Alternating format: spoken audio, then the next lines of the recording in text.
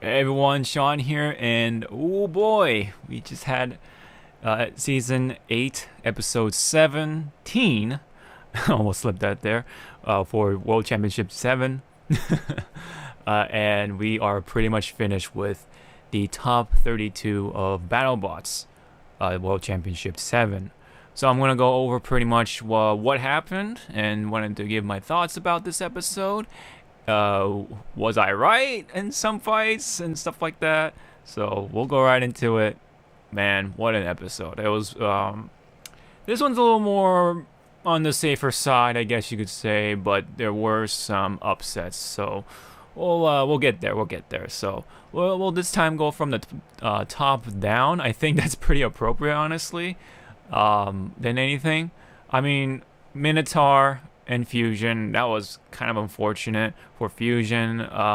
Fusion actually was hitting hard early on. I mean, if you look at the replays, it actually got a piece of Minotaur, like it, like nothing.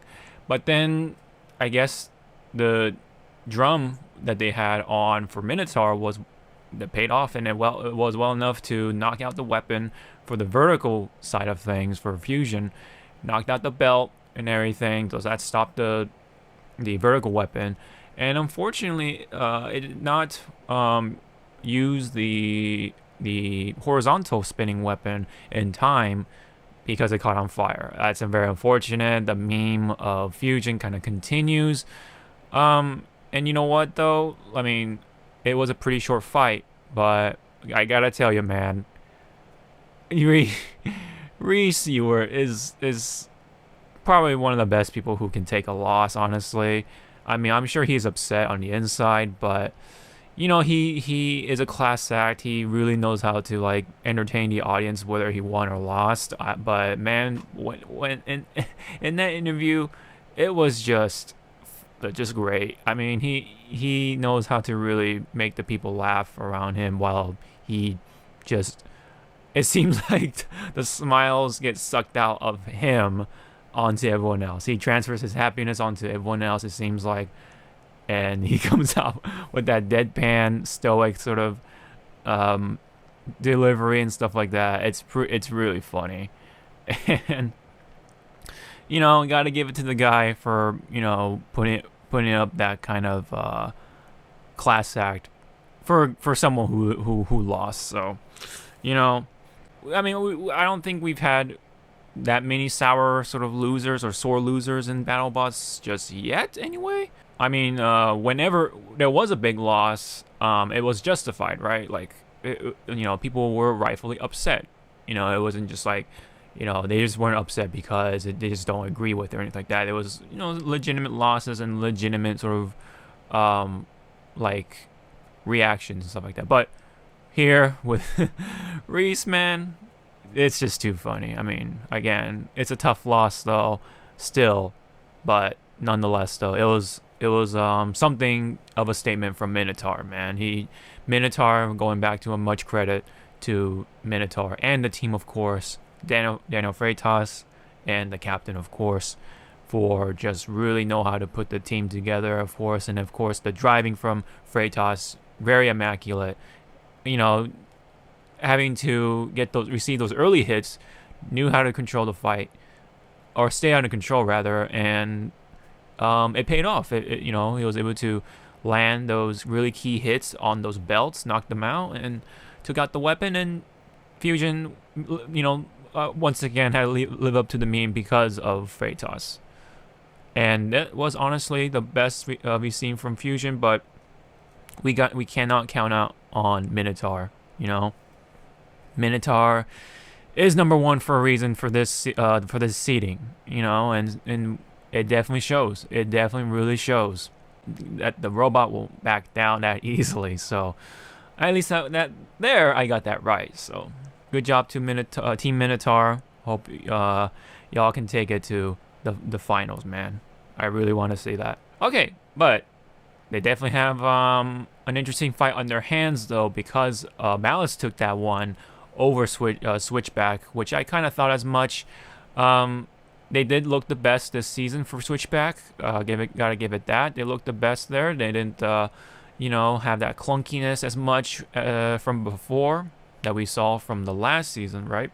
And so they were looking more likely to hold up a pretty good fight, and that's what they did with that nice side armor there that they had against the horizontal spinners. So, but we can't, of course, leave Malice out of here. Malice had the wedges. We saw how low that robot was going because of when you see the pre-fight, right? You can see the wedge making sparks on the floor because of how low those wedges are. So they worked pretty immaculately, as low as they are, of course. And of course, the weapon didn't go out. It still kept spinning. Maybe it did lost a little bit of power by the end, but they definitely looked good throughout the fight. They just kept hitting them. Honestly, though, the most volatile thing we've seen really was the hit on the kill sauce of all things. And I believe, though, there were some hits from Switchback, but I mean, you can't help but remember the hits from Malice more in your mind than anything, right? And of course, the kill saw shot that pretty much cucked them from, potentially having that kill shot on Switchback. But they still controlled them. But there was a moment where Switchback was controlling them from the backside of things, of all things. So maybe if they actually were able to sort of catch on to that, I honestly they could have put up a pretty close fight, have the judges' decision and all that, but Malice won it, and they have the experience of Ray Billings behind it. So that could be honestly the key to them putting up a good fight. I will put up a predictions video separately from this, so I will make those predictions later on. But right here, let's talk about Malice here just a little more. Good fight though. I mean, they took it to the end. They weren't Switchback wasn't completely knocked out.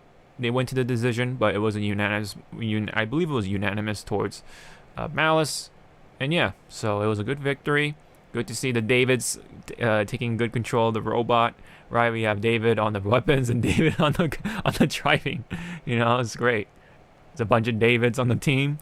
It's the power of David, man. That's what it's all about for Malice. And plus, Ray Billings and I believe the driver from Team Shredderator, one of the team members. I do not know his name, so forgive me.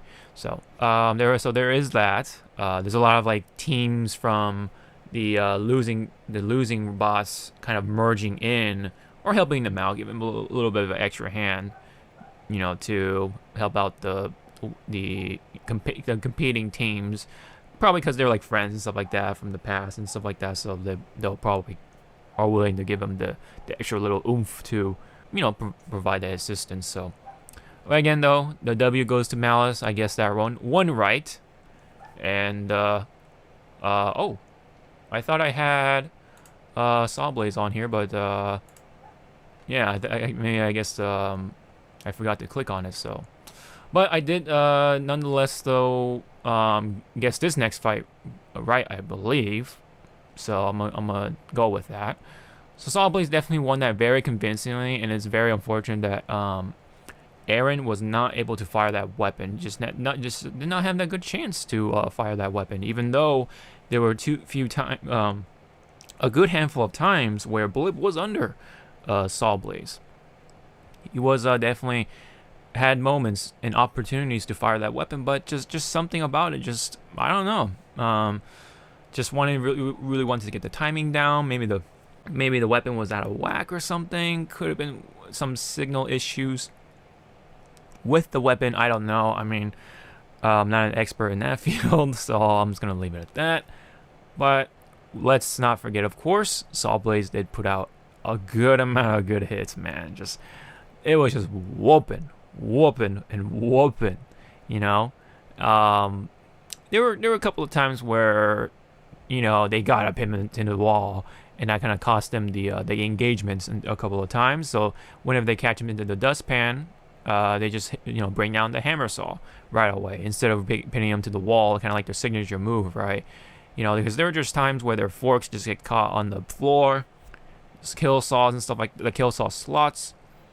and so it just definitely is sometimes difficult to consistently be able to do that. So that could have potentially cost them, but it's just unfortunate again that Aaron was not able to find a good opportunity or solid opportunity to fire off the weapons. So it stinks because Blip was such a cool robot with the pulley system on the flipper, right? And it does not use any gas, does not use any liquid. It's just a mechanical system that essentially can keep going with a help of I think it's like a special rubber-like material to essentially fire off the it's like almost like a catapult system, I believe, and it can just infinitely, in theory, infinitely fire off the flipper many a times powerfully too. We've seen it from the last season, and it performed very well, very convincingly in those fights. But unfortunately, we didn't really get to see that all that well. While it did get some flips in this entire season as a whole, Blip, just had a disappointing performance, and I'm sure Aaron feels that way. So hopefully he can work out the bugs and stuff like that. Hopefully he'll come back strong in the next season. So hope to see Blip, because I actually do really like flipping bots. Just seeing robots fly in the air is just so just beautiful to see, especially when they reach high up in the ceiling, And but we gotta give credit to Saw Blaze for being so just controlling of most of those fights, engagements in that fight. And Jameson and his team, just on top of it, they're really really trying to perfect it for this fight in particular, with the whole grinding of the forks and everything. So I thought that was kind of interesting to see of how much they were paying respect to Aaron. They really were taking him seriously as their opponent, and and then and they got the W. So that congrats to Team Saw Blaze. So slash and burn definitely continues. The flamethrower was coming in a little bit, but hopefully we can see a little more of that later on. Now, okay. So this one was the first wrong that we've had on this side anyway. I definitely have one wrong on the other side of the bracket with Lockjaw taking the win instead. But here instead, I thought Cobalt was gonna take it, but Monsoon definitely proved me wrong very convincingly, right? If we look at the two, right, who's the more dangerous one? Just right off, like right on top of your head, and you can't help but I can't, or at least I can't help say, but can't help but say it's Cobalt. Cobalt had very very very dangerous just engagements, kills, or just KOs against his opponents, including one of the older fights with Ghost Raptor. That poor robot just never saw it coming. But it is a bit of a glass cannon. Or when I say bit, it is a glass cannon because of the lack of a self-right mechanism. So that is a very big weakness that Monsoon was able to exploit because of a very, very rather genius way to keep on top, right, of whatever side and reverse the weapon. And there you go. The forks are interchangeable. If you flip them, the body can just adjust on the fly with how it's built. Maybe it's not the strongest robot by durability, but it was very much durable enough. On top of the immaculate driving from Team Monsoon, it was great to see, the two British robots just slugging at it, and it was a great fight. I believe it was down to like the last minute, and Cobalt unfortunately lost one of the forks, and the weapon just stopped working by the time it was flipped upside down on that last hit. Well, very unfortunate for that team. They put up great fights, especially with the one with Minotaur. That was down. Just did not expect who was gonna win in that matter. But Monsoon, give credit to them because they definitely, while they're not the most dangerous bot, they're pretty deceiving, in a way. They can just they can put up a great fight through driving, period, right? Great driving from, but of course, great driving from both teams, of course. There were just times where Cobalt had a lot of great escapes, too, along with Monsoon as well. So we gotta give kudos to those moments as well. Monsoon did not expect it, but pulled out the victory. Congrats to them on hitting on into top 16. So that's pretty crazy. So against a very, very dangerous robot. So from Britain, or from the UK, I should say. Okay, so there was a flipper that definitely was very convincing, though, and that is Hydra. And man, this fight was very interesting. I did not think it would go this way, but it was definitely winning at first. I was expecting a lot of flips with Hydra, and that was definitely happening. But you know what? Jake Ewart was very right to respect Death Roll of how he did, because he pretty much called it. The one hit could have taken him out, and that one big hit almost did. I mean, it took out his one of his drives, and it hit that corner. They were stuck together. It just shows how dangerous that weapon is. So Jake had to be very careful. There was one other moment before where it was still flipping, and Jake wanted to flip him once more during the rolling, but the timing of it almost proved fatal because the weapon was like right there at the arm, but it was like flopping and stuff like that. So it almost cost him potentially. But no, he backed off a bit and just waited until the robot was completely planted back to the ground, and then continued the flipping. But like I said, though, that one big hit got him stuck. But unfortunately, though, the trade was more into Jake's favor, or should I say Hydra's favor, because the weapon on Death Roll, that's when it was shut down. It just did not work for the rest of it, which is very unfortunate. It sucks. You hate to see it for a powerful robot like that, who has quite the potent sort of image to it, right? Death Roll, right, from Australia. And you gotta give it to the knife hand, right, for the self-righting mechanism to keep it going.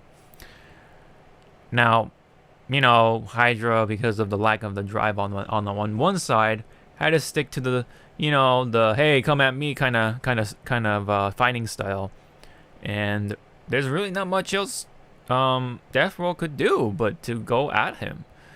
And at that point, it was in the bag, and he kept flipping them all the way almost to the roof, right, or the ceiling, and that was pretty much that. And the fight was unanimous, I believe, and went to Hydra. The victory went to Hydra, so I got that one right. But I definitely can say, though, that this was a pretty close fight in that moment, right, because of the stuck, and Jake was right to to respect him in that matter, because of literally just a one hit could have killed the robot. Luckily, yeah, he came out relatively okay.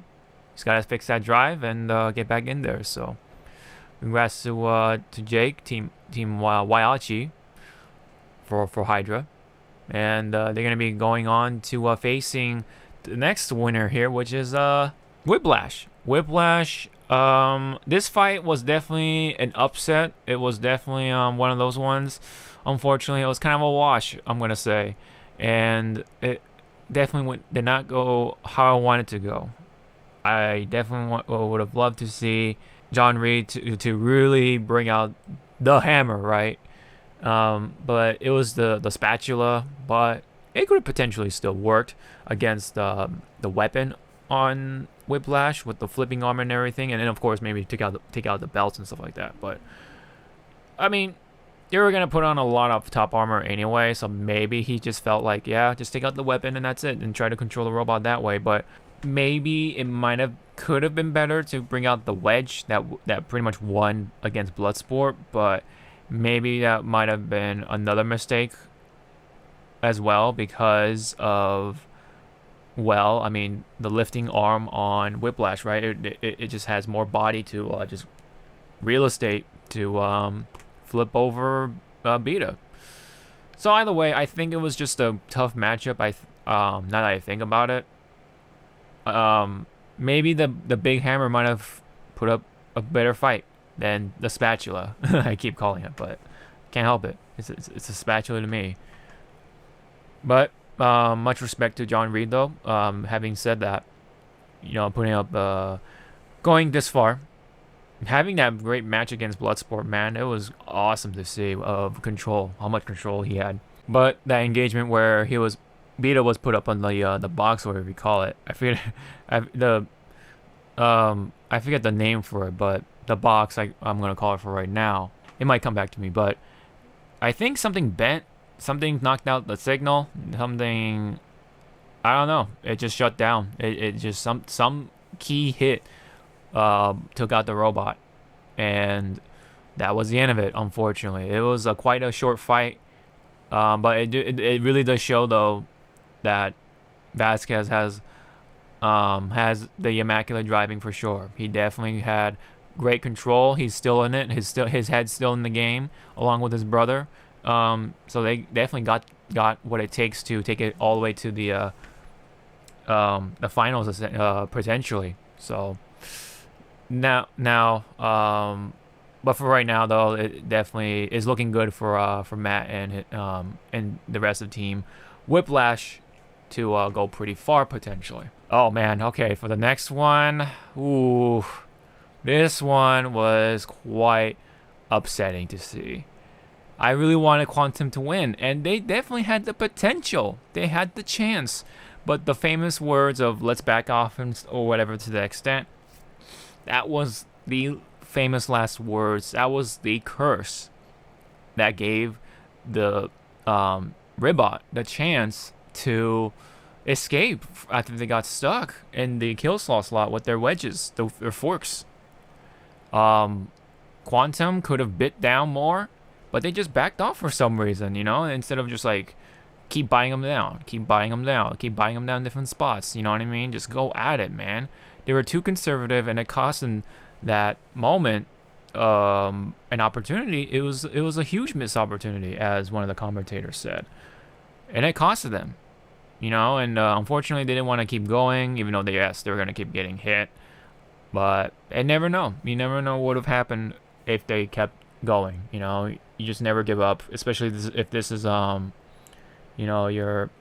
this is the playoffs, you know what I mean? So I wish they could have kept going, but I understand because they're kind of like in that peculiar position of, hey, if you move, you're gonna get hit, And I guess they wanted to like just repair the robot. So there's that thing where, hey, you don't want that robot to be damaged as much as possible, even though you're in a destructive sport. You know what I mean? You have the option, right? At least it's not in the written rule or anything like that. But they have that sort of that code, right? That code of honor, that if the team wants to just tap out, hey, I mean, don't hit me anymore, I give up, they back off because they understand that robots are expensive to repair. That's or replace, essentially. So there you go. I mean, that's how it went down, and I got it wrong on that one, man. It was pretty upsetting to see. I really wanted Quantum to go farther, but it can't be helped. Ribot is very tough. It hits hard. You just never know with Ribot. That's the thing about it. It's just one of those ones where it doesn't look like the most sophisticated robot, but it's just like it just keeps going. It just keeps going. It's not quite the little engine it could, but it's just, I don't know. It somehow just keeps going. So much kudos to Ribot for winning it. Okay, definitely the last one, and this was quite the fight too. I think this should have been the last one, maybe, but man, Ripperoni just had a great run overall, but it was knocked out eventually, and when I think it was put up on the box, whatever you call it, right? And again, and much to the credit of Black Dragon, right? They weren't the most powerful. they're not the most powerful robot out there, right? But they definitely have like the tank sort of qualities. They can take hits. The only other robot is, of course, Riptide, right? To rip them apart. But no other robot really can't quite do the same job against Black Dragon because of how durable it is, surprisingly. Now, yes, Ripperoni did, though, almost repeated the same result of just ripping out the back and potentially taking them out, right? But, with the control that Black Dragon had, despite being on fire at some point, it controlled Ripperoni quite well, and it's kind of like Ripperoni, unfortunately, is, while powerful, it does not have the means of controlling other bots. They definitely put more points into just the weapon, right? Just power instead of dexterity and control or anything like that, right? If you were to look at it in the video game, they definitely put their points into strength, and that's pretty much it, honestly, right? And maybe like handling, right? Because of the flywheel, being able to somewhat control the gyroscopic movement to counteract what happens when you have a big weapon like that spinning in the opposite direction and stuff like that. So you gotta have another wheel. Theoretically, honestly, that could be a second saw or a second weapon to spin and counteract that that force to minimize any gyroscopic movement. But it still had that movement by the time, and of course the flywheel motor unfortunately was ripped out somewhere in the fight, and Black Dragon, with that great control, despite the weapon going out early on, won them the fight along with that durability. So it still lives up to the name, or it still lives up to the sort of that gravitas, right? The durability sort of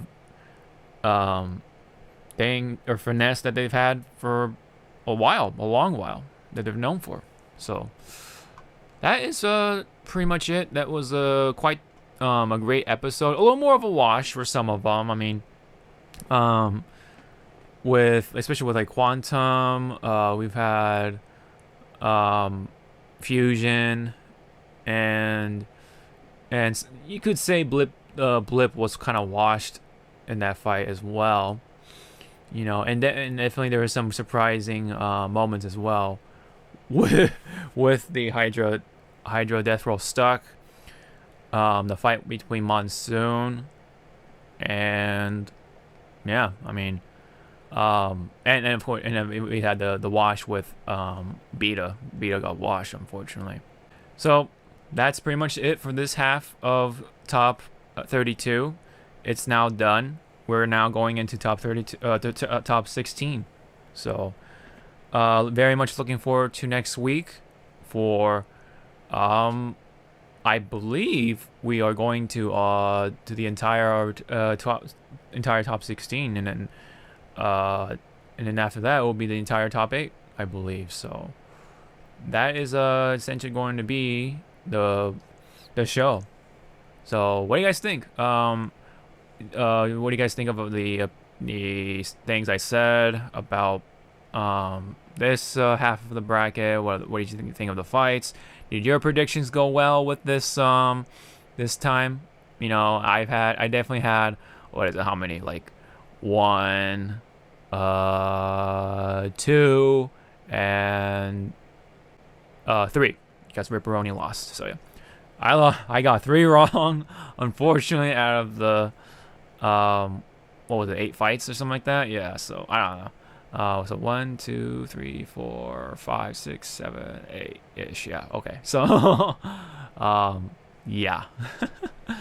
But it's Battlebots. It's great. I mean, it was still a great fight, or a great episode throughout the whole thing. So I was happy with it. But oh yeah, there was I can't forget this. But I like the autopsy that they did with Ripperoni, but Martin Mason and Jonathan Schultz with the interview. It was really funny, especially with what Team Matt Carey was gonna do or try to do anyway. Instead of a harpoon, like as you know, Martin Mason was saying or describing like huge, like a great white shark or either that or Moby Dick, and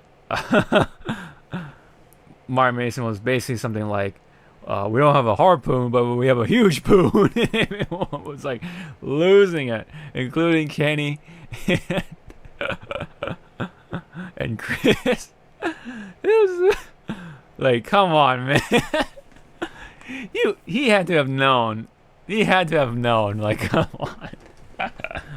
But you gotta love the guy. You gotta love Martin Mason. It kind of like Jesus. Well, okay. Anyways, what do you guys think of the episode? How are you guys predictions are looking? And any other comments about BattleBots? I'll leave it down in the comment section below. I'll definitely we'll be more than glad to check them out. Don't forget to like and subscribe. Check out the links in the descriptions to consider helping out the channel a little further. Really do appreciate it, guys. This has my analysis for episode 17 for World Championship 7, and with that, the bracket prediction checkup on this later half. So again, I got 3 wrong out of the 8. So yeah, as opposed to the 1 on the half. So overall, I got 4 wrong out of 16. So not too bad. Although I would have liked a clean sweep, but that was this is my first time doing stuff like this. But I do like BattleBots for a long time. I have, and it's great to see it's still going strong. I do like the new rule changes, blah blah blah. So yeah.